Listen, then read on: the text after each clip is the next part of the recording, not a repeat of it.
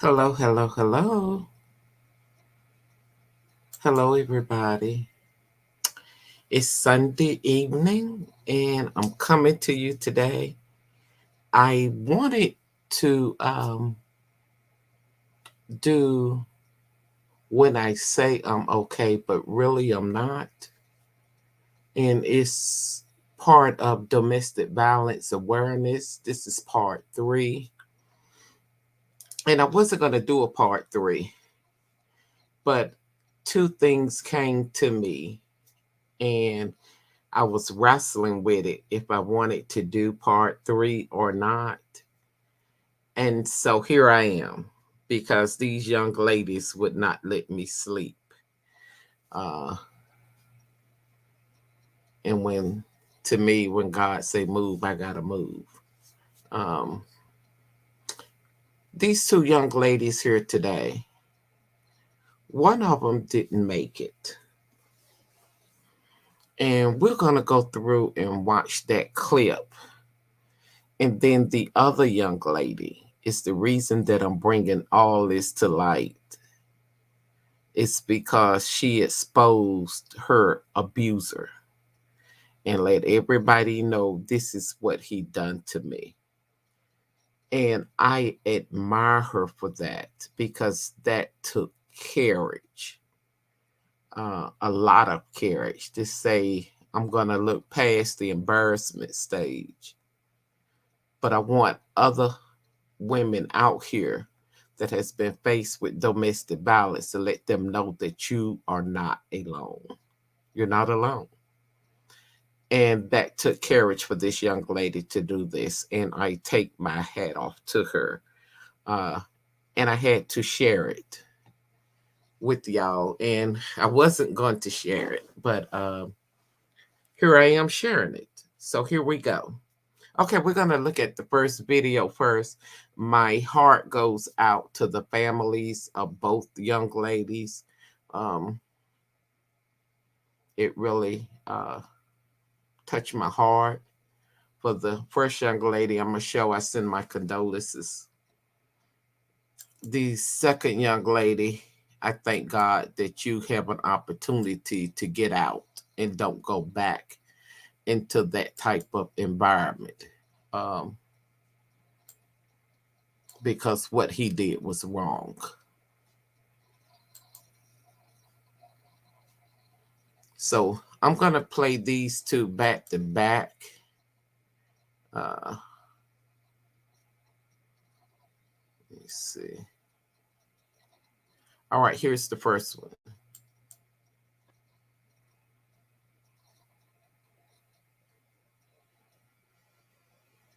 22-year-old Zalea Frazier was a great mom to a 1-year-old. She was always a source of encouragement for everyone around her. Constantly humorous and joyful. She seemed to have it all on the surface. Oh, handsome black man. Hey, Daddy. He gotta be great. He gotta be great. He gotta be great. He got to. Make that money, that'd be great. Yeah. Sadly, Zalea was in an abusive relationship with her child's father, and this relationship would eventually cost her her life. Welcome to Viral Crimes. Subscribe and hit the bell icon for more stories. Zalea Frazier and Jonathan Welch appeared to be in a loving relationship. They have been together many years. The couple posted pictures on social media showing they were happy in love. Frazier posted 6 years strong, never once broke up. One follower asked, "What's y'all secret?" Frazier replied, "Trust, forgiveness, and communication." They were both excited when they found out they were having their first child. Welch was even more excited because he was having a boy. He was so proud to be a father and wished great things for his new baby boy. We have our boy. He gotta be great. He gotta be great. He gotta be great. He got to. Sadly, the couple's relationship would take a tragic turn. On June 2nd at around 7:30 in the morning, police were sent to a residence on the 13,000 block of Kilbourne Street, which is located on the east side of Detroit. Zalea Frazier called police to report that her baby's father, Jonathan Welch, had sexually assaulted her after waking her up at 3 in the morning. Welch continued his abuse of her over the next several hours. He insisted that she provide him the passcode for her mobile phone. As soon as she said no, he began to physically abuse her. He began by hitting her with his fists, and then he strangled her by wrapping an extension cord around her neck. Welch burned her arms and legs with a metal spatula and doused her whole body in gasoline. Following that, he made an effort to sexually assault her with a pole. He threatened to kill Frazier with a drill motor and he beat her with a belt. When Welch left Frazier alone for a moment in the residence so that he could go into the kitchen, she ran out of the door and contacted the police. She bolted from the scene and made a beeline for the home of a nearby neighbor. Welch followed her to the porch of the neighbor's house and attempted to drag her back inside their apartment, but ultimately he gave up and left. After that, the neighbors brought her inside their home and then phoned the authorities. Welch went back to the home of the neighbor, kicked in the door, and then left the scene in his car before the police arrived. He was ultimately apprehended by the police at about 11:30 a.m. on the same day. Welch was arrested and charged with a multitude of offenses. In spite of the severity of the assault, a court in Detroit set Welch's bail at $100,000, which his mother was able to pay the $10,000 on June 8, representing 10% of the total sum. He was released on June 8 to his mother's home and given the order to keep his distance from the victim and was also given a GPS tracking device to wear. 2 days after posting bail, Welch assaulted and murdered his baby's mother, and his stepfather at his mother's house. At approximately 8:14 p.m. on Sunday, July 10, at the residence of Welch's mother located in the 20,640 block of Kenosha Street in Harper Woods, Welch stabbed his mother in the back multiple times with a butcher knife, and he also caused the deaths of his baby's mother Frazier and his stepfather Bray through blunt force trauma. Welch's mother ran to a neighbor's house to get help after she was stabbed. I said, "Who stabbed you?" And she said, "My son. He's stabbing everyone in the house." The Harper Woods Police Department was sent to the area, where they established a perimeter around the residence. Officers spotted the defendant's 1-year-old son in the backyard as they were putting up the perimeter. He was taken by ambulance to a nearby medical facility for treatment. According to the allegations, Welch locked himself inside the house and opened fire on the responding cops. The hostage situation continued for a number of hours. At some point, Welch lit a fire inside the house and then stood at the entranceway. Officers were able to take him into custody, and then they transported him to a nearby hospital for medical attention. 23-year-old Jonathan Welch was let out on bond, accused of torturing his girlfriend. Police say he used that bond as freedom to take her life and the lives of others. 1 week ago, this shocking scene played out across the street from Jeff Wolf's Harper Woods home. Video showing 23-year-old Jonathan Welch surrendering to police after prosecutors say Welch killed his longtime girlfriend Zelia Frazier, his stepfather Robert Bray, setting his mother's home on fire and shooting at police. Also, Welch's own mother was stabbed in her back during the attack. Police now confirming tonight that mother, Flossie Nicole Bray, has died from her injuries. All this taking place after Welch was arrested and charged in June with torturing and sexually assaulting Frazier. But a 36th District Court magistrate gave Welch a $10,000 bond. Welch's mother bonding her son out. Hours later, police say Welch attacked her, Frazier, and his stepdad. Defendant Welch appeared in court on Wednesday and was arraigned on multiple charges, including 2 counts of first-degree murder, 4 counts of assault with the intent to murder, 1 count of second-degree arson, 7 counts of felonious assault, and 6 counts of felony firearm. He was remanded to jail at that time. Prosecutors called for an emergency bond hearing for Welch on the original charges. Possible new charges and the contact violation. I'm asking the court to violate Mr. Welch's bond and remand him to the custody of the Wayne County Jail pending further proceedings. No argument, Your Honor. And those articulate court is going to remand the defendant to custody of the Wayne County Jail. This is the court's worst nightmare. Worst possible scenario that had happened in that business has been killed. Have been placed on bond, given benefit of a placed my house arrest. No. Can I talk, Your Honor? Maybe want to discuss that with your attorney first. All right. Unfortunately, this bond hearing came too late to save Zalea's life. He killed my sister. He killed my sister. They should never let him out of prison. Her ex, he had just got out. He was out on tether torturing her, and they let him out of jail. Jonathan was released to his mother's house and put on GPS tether, and this is where Zalea was murdered. It is unclear what Zalea was doing there with her son after having been so brutally attacked by him previously. This case is ongoing. There should be more details released in the future. Sadly, none of the victims survived, therefore only Jonathan is able to give details of what happened that day. This case is truly tragic. Jonathan Welch should have been previously held without bail after committing such a horrific crime against Zalea previously. Sadly, a 1-year-old little boy has lost both of his parents. The family set up a GoFundMe to help cover Zalea's funeral expenses.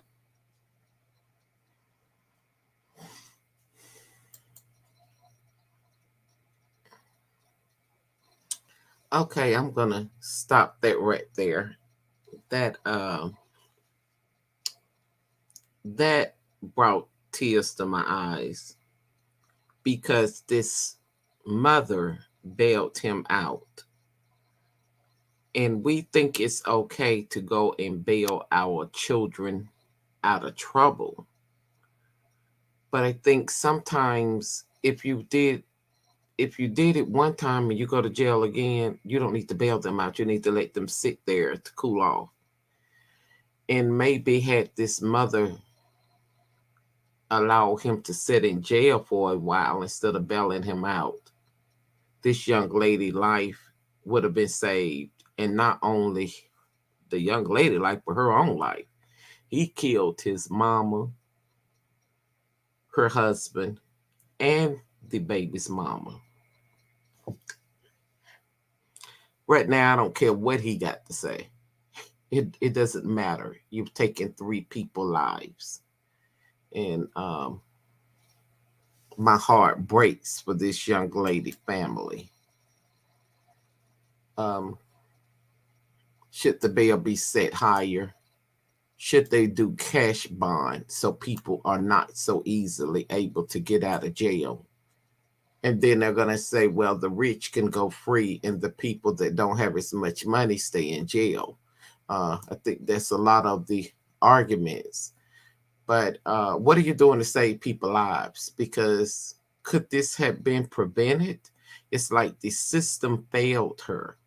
The system is failing so many women. When is enough enough? When is it enough with the system?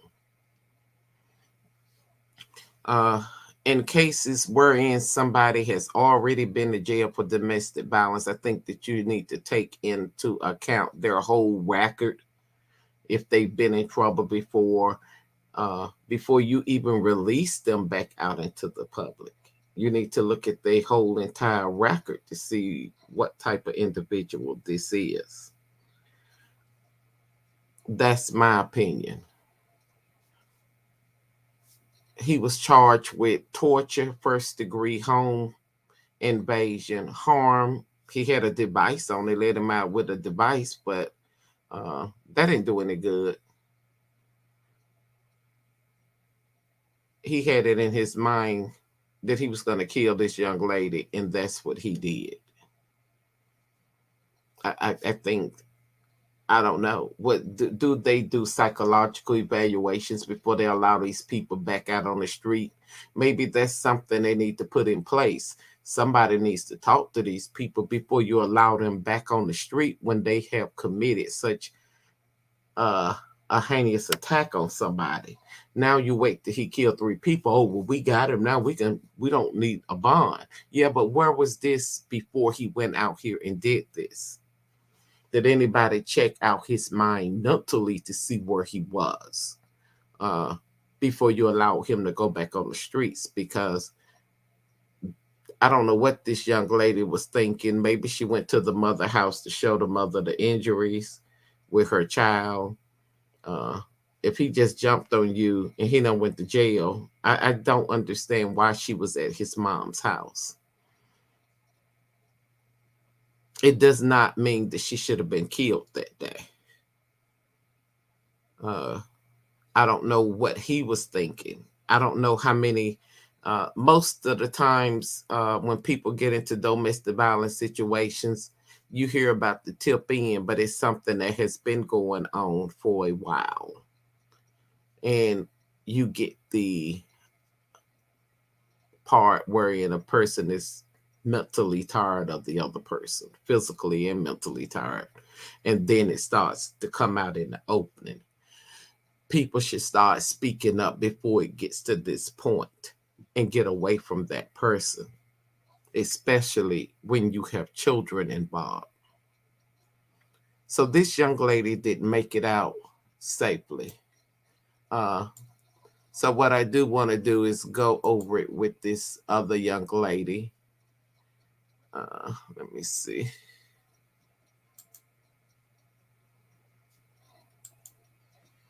Because she did make it out. And she's coming to share her story with everybody. But she did make it out alive. And so we're going to listen at her for a second. This is a short video. And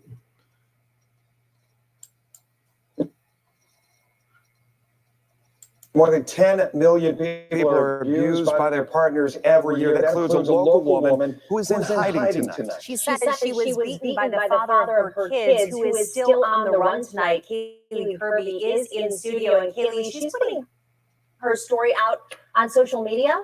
Yeah, Mel and Jeff, this victim is sharing her story so others know that they're not alone. After a recent incident, she's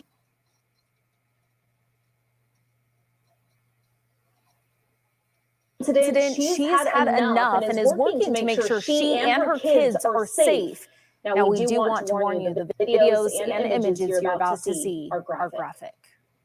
This is what my daughter looks like right now. A family is sharing indescribable pain in this viral TikTok video. A young mother bloody and bruised at the hands of her children's father. This isn't the first time he's abused me.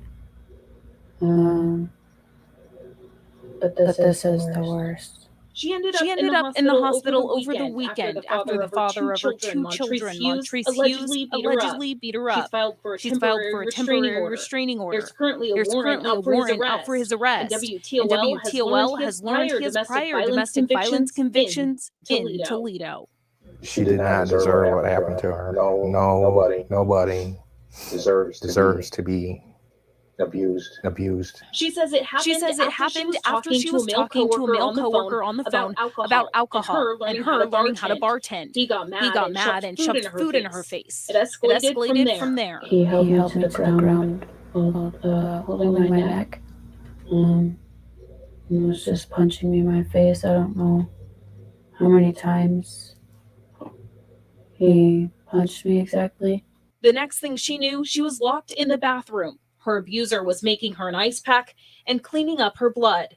Her mother says getting a call at 3 a.m. from her daughter is her worst nightmare. I had to go to the hospital. I had to make sure she was okay and physically touch her and look at her and hear her talking to make sure she is okay. She's bruised, both on the inside and out, living in hiding and fearing it'll happen again. Right now, he's on the run, and her mom hopes her TikTok will help track him down. Jenna needs to know that there are people who support her, that we will help lead her in the right direction. She just needs to follow. Her stepfather says he can't comprehend how things got this far. I'm hurt for her. I'm upset that this has been done to her, and to see her how she is. It just makes me want to cry. And for Jenna, the next steps are to make sure she and her kids are safe and not living in fear. It's just not worth going back, really. think you're comfortable with the person or not, it's not worth going back because it's only going to get worse. Now, the family is asking you to come forward if you know where Hughes is. Live in studio tonight, Kaylee Kirby, WTOL 11.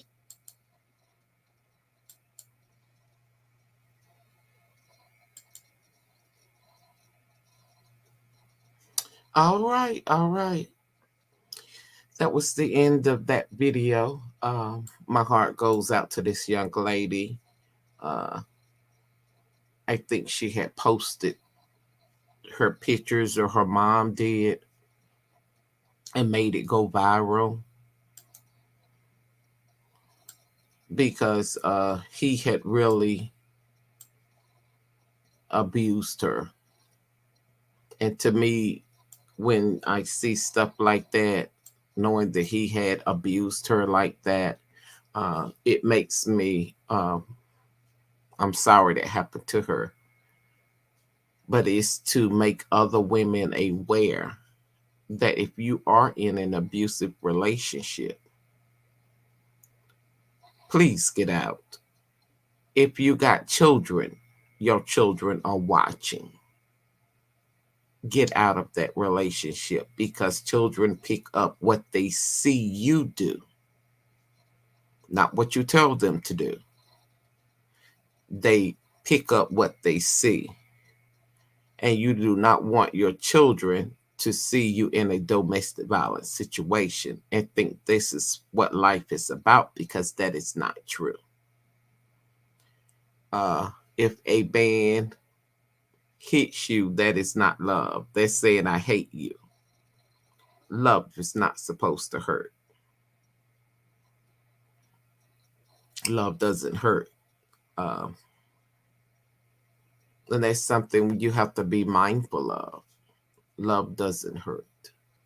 So if you're hurting each other and it's getting to the point that you have to put your hands on each other, then you're moving into, it's not a healthy relationship.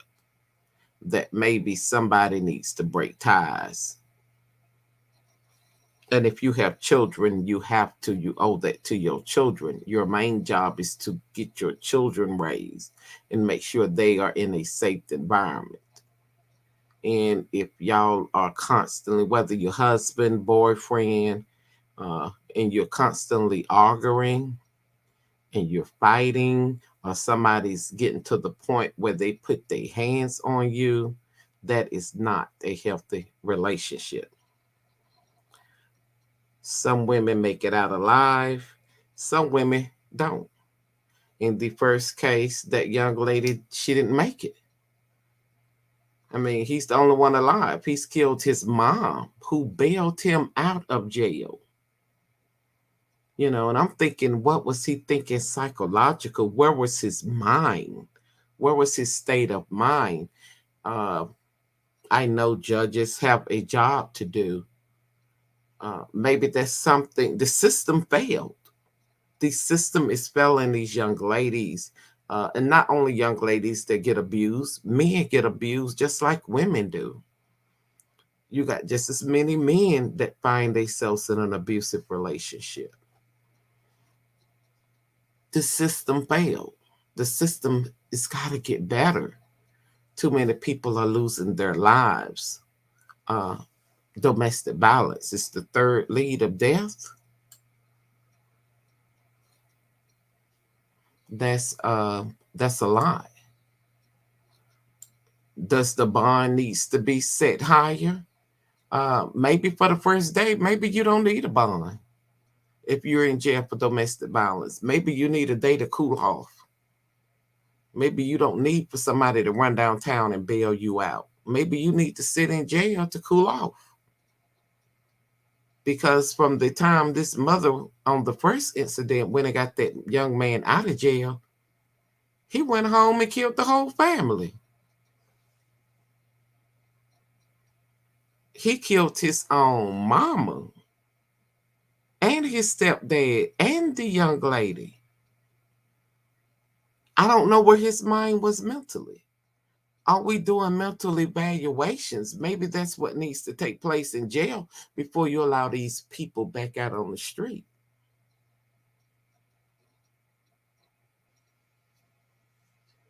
I don't know. I'm going to go over the statistics. 85% of domestic violence victims are women.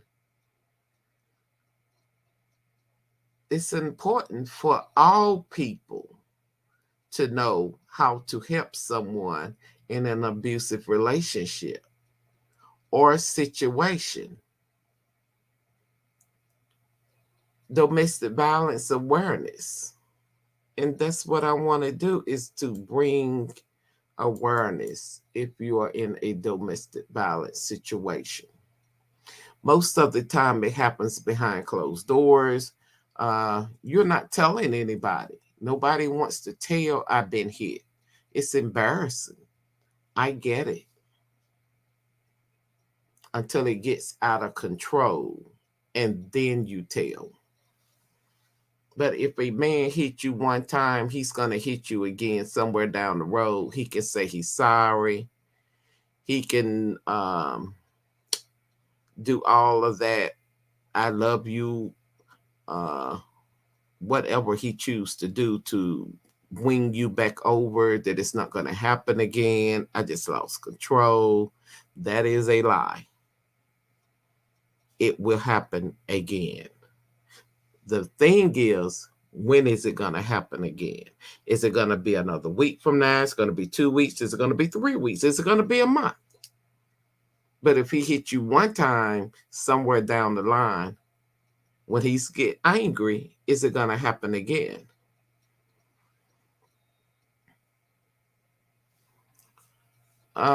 Domestic violence can hit anybody.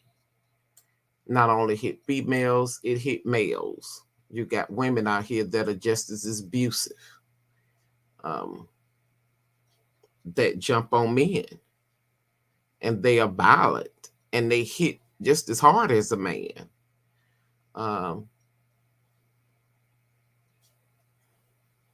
When it comes to domestic violence in the United States, 10 million women and men a year are victims of domestic violence. 10 million women and men. 1 in 4 women and 1 in 9 men face severe domestic violence from an intimate partner, resulting in injury.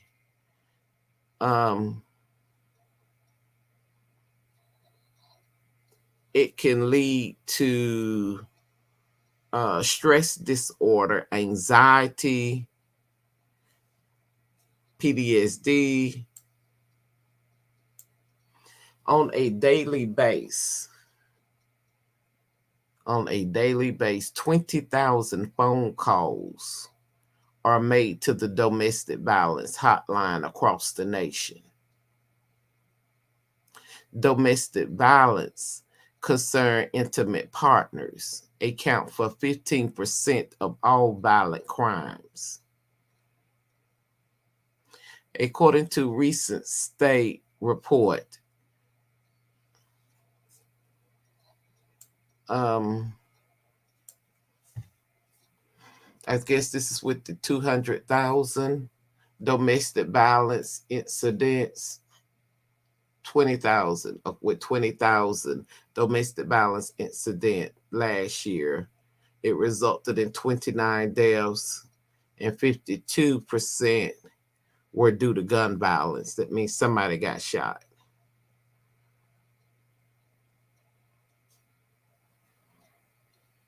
So you're looking at domestic violence, gun violence, and survival. Can you survive this? If you do, get out. Some women don't make it out. Some men don't make it out. The homicide is increased by 500% of domestic violence. due to guns in the home. 1 in 7 women and 1 in 18 men at some point in their lives will feel threatened or fearful that they may be harmed or killed by an intimate partner who has been stalking them.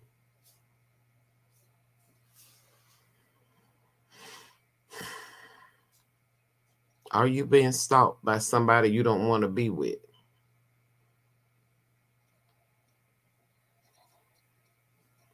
%34% of victims receive medical treatment from those that are injured by an intimate partner. 34%. I guess the other ones stay home and try to heal up on their own or try to hide it, cover it up.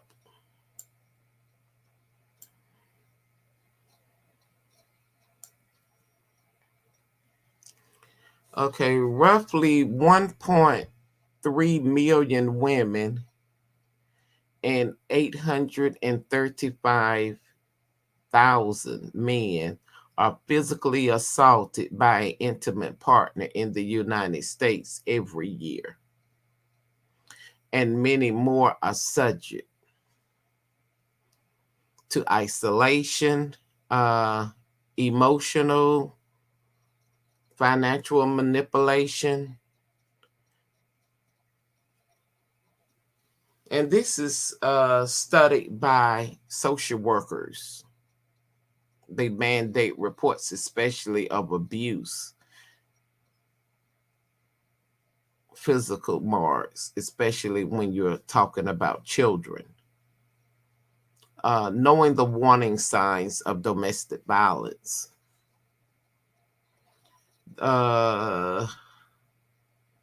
One of the warning signs is isolation. If you with somebody and they're trying to isolate you from your family and friends, you might want to think that's a red flag. We got to be mindful of the red flags that come my way. Is he's trying to isolate me from my family and friends? Why? Does he want me to by himself? It ain't all that he just love you so much. Is he isolating you for a reason? That's a warning sign. That's a red flag.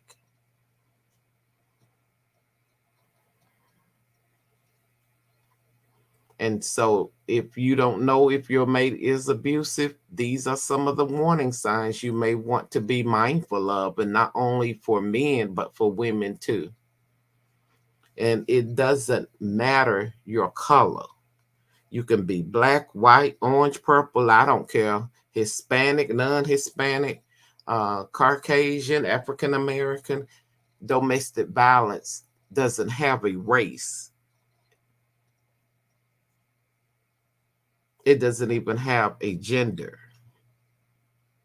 because everybody could be affected. So if you are in a relationship and somebody you feel like is trying to isolate you, you think it's cute in the beginning, but no, that's a warning sign. It ain't cute. He's trying to take control of you, or she's trying to take control of you. Financial control. Financial control is another warning sign. That's when I can pay the bills, you just give me your check. Or that's financial control. Why I can't pay the bills? You pay your share, I pay my share, you know. But when somebody's asking you for your paychecks, that's financial control. They're trying to control your finances. It's what you do and you don't do and what gets paid. People who are in a financial abusive relationship, their partners probably allowance them out money from paycheck to paycheck. Some victims are forced to quit their jobs or drop out of school because you're in an abusive relationship and he's forcing you to quit your job or drop out of school. Unexplained injuries is another warning sign. Someone you see have bruises on them, they can't say where they come from. That's a warning sign that they may be being abused. Victims of physical abuse are likely shown signs of injuries, cuts and bruises, even broken bones, scrapes, and they can't explain it, or they blame it on something that doesn't make any sense. When you go to the hospital, nurses are trained to spot out domestic violence victims, especially when they see injuries to the head, the neck, the wrist, the buttocks, abdominal, genitals.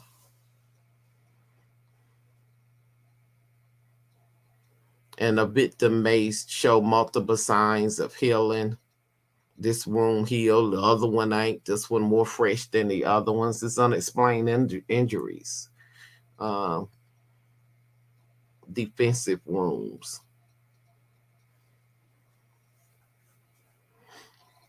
Domestic violence situations can lead to depression, PTSD, anxiety. You feel hopeless. You feel helpless, depressed. And in fact, it can lead to mental illness. Most relationships, a lot of people suffer with mental illness and have no clue that they're even suffering with mental illness. And that could be male or female. Low self-esteem, gaslighting,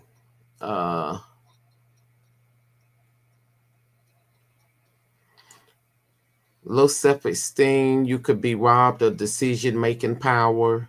The other partner wants you to do this and they just demanding that you do that. That may be a sign. It's domestic violence. You're trying to make me do something that I don't want to do. Be mindful of that. Substance abuse. Are they using drugs and alcohol? Sometimes people can't control the alcohol or handle the alcohol, and then it turns into a physical altercation. So drugs and alcohol. It's a red flag. Even if both partners are using or one partner using, one can't handle it. It's misuse. It can lead to a domestic violence situation. It can also lead for people self-harm, suicidal attempts or suicidal idols. No one should have to kill themselves due to domestic violence. At least I feel like there is a way out. Find a way out. There are people out here that are willing to help you. Call the hotline. And I know sometimes you feel like you're in situations and you can't reach help. But when you can reach help, let somebody know I need help. Do your best to try to get out. But if you have to stay there and take it for a while, then that's some things you have to suck up until you're able to try to get some help for yourself. But when you do get out, please don't go back. Please don't go back. They got a Safe Line domestic violence hotline number. I'm going to share that number with you. It's for teenagers. Have these conversations with your daughters and sons, because this is where it starts at in high school. These conversations you need to have with your children. Domestic violence, because you don't want them to be caught up in a domestic violence situation. So teens, even elderly. You got family, friends, elderly. Be mindful of what's going on around you. to make sure none of your friends or families are in an abusive situation. And try to show ways of getting out. But the domestic violence hotline, I do say call the number. They have trained professionals. These people are more qualified to help you. 1-800-799-SAFE. Or you can go to www.thehotline.org.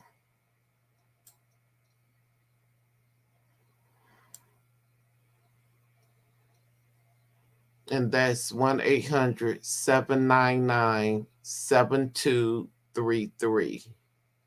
These lines are open 24 hours. You can call them anytime, day, night. Another number for the National Center for Victims of Crime is 1-855-484-2846.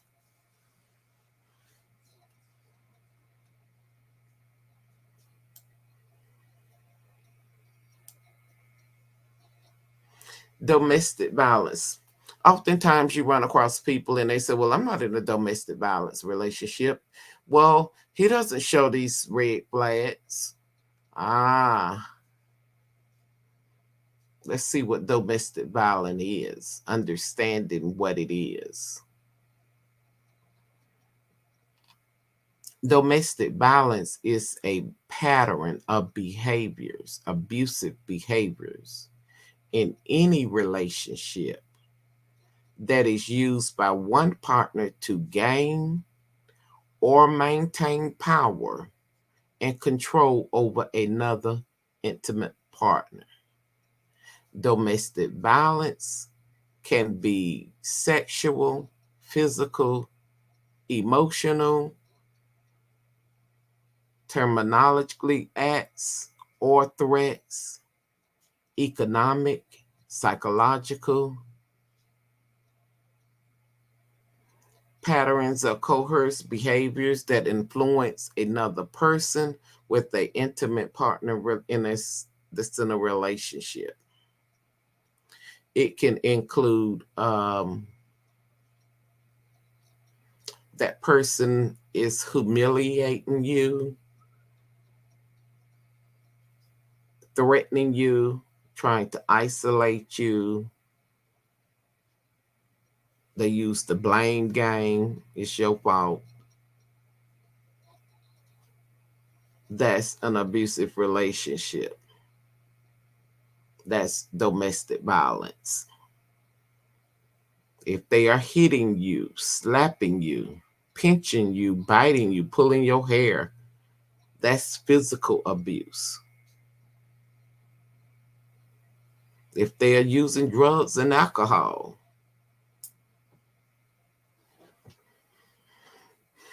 if they are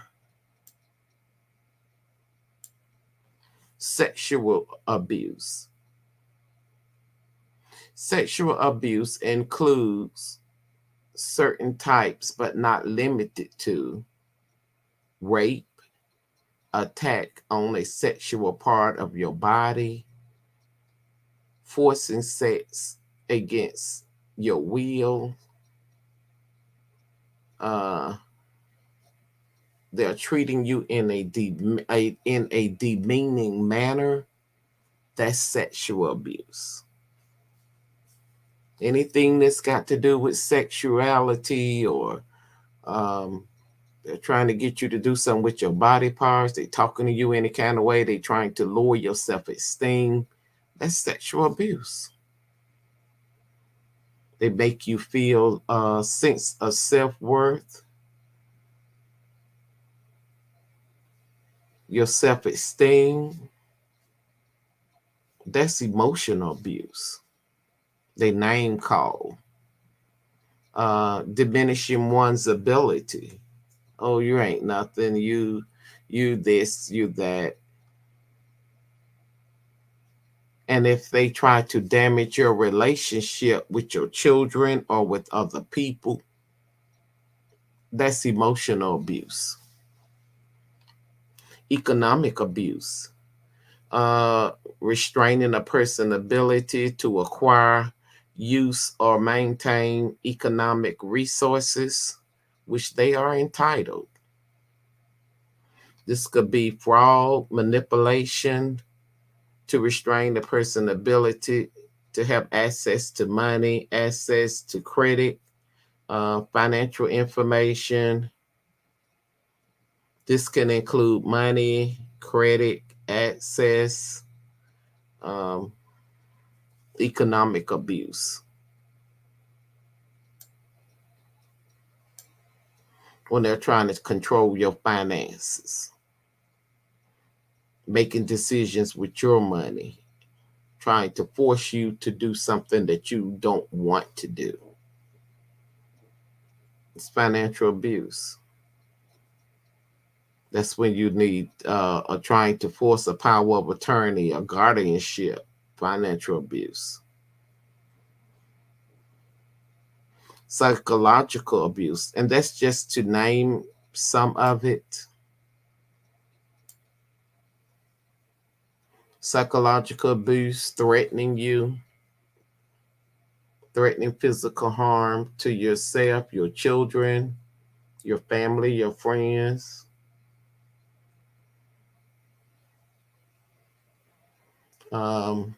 Your pets, property, trying to isolate you from friends and family or school or work. That's psychological abuse. Technology abuse can be a pattern of behaviors that is intended to harm, threaten, if they are stalking you, harassing you, trying to control you, monitoring everything that you do.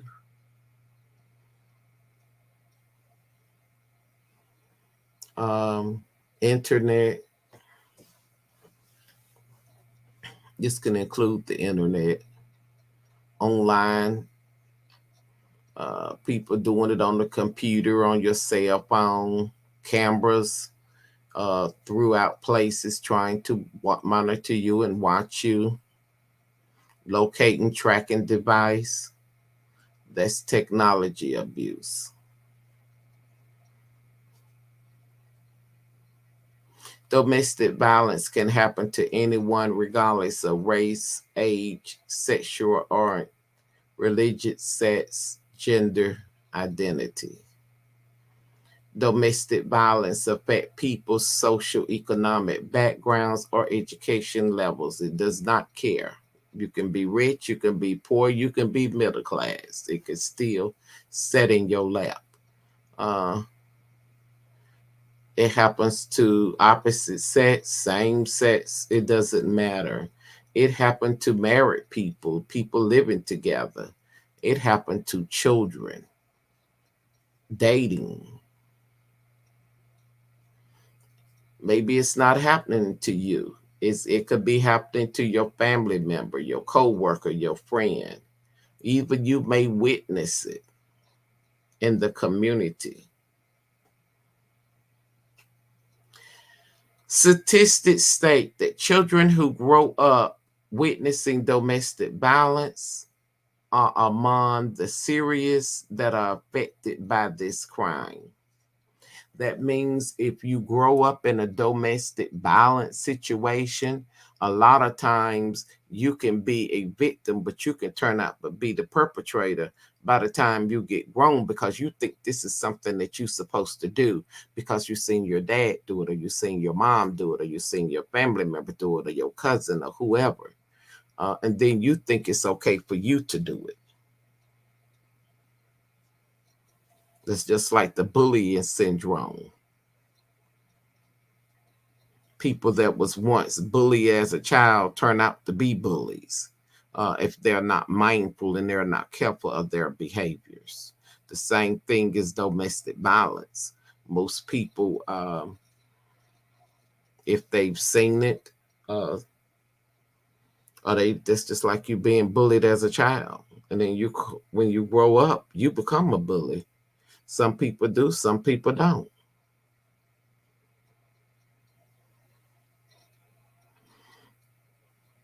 So when it comes to domestic violence, I feel like I'm just bringing awareness. I feel like a lot more needs to be done with domestic violence, especially when it comes to allowing people back out on the streets. I think it needs to be a cool off period. Just shouldn't be able to just get out of jail so quick because somebody come and post bond. Maybe you need to stay in jail a day or two before somebody is able to post bond to make sure that you are not in that angry state of mind. Because a lot of times if you are and you go out here and kill somebody, and then you hear the family members saying, well, why they didn't keep this person in jail? Why did they allow them to come back out? And so that's why I say the system is failing. That comes with the legislating on. We need to watch who we're voting for and putting in office, because this needs to stop. If you already been accused of violence and then you're in jail for assault again, why would they let you back out on the streets so soon?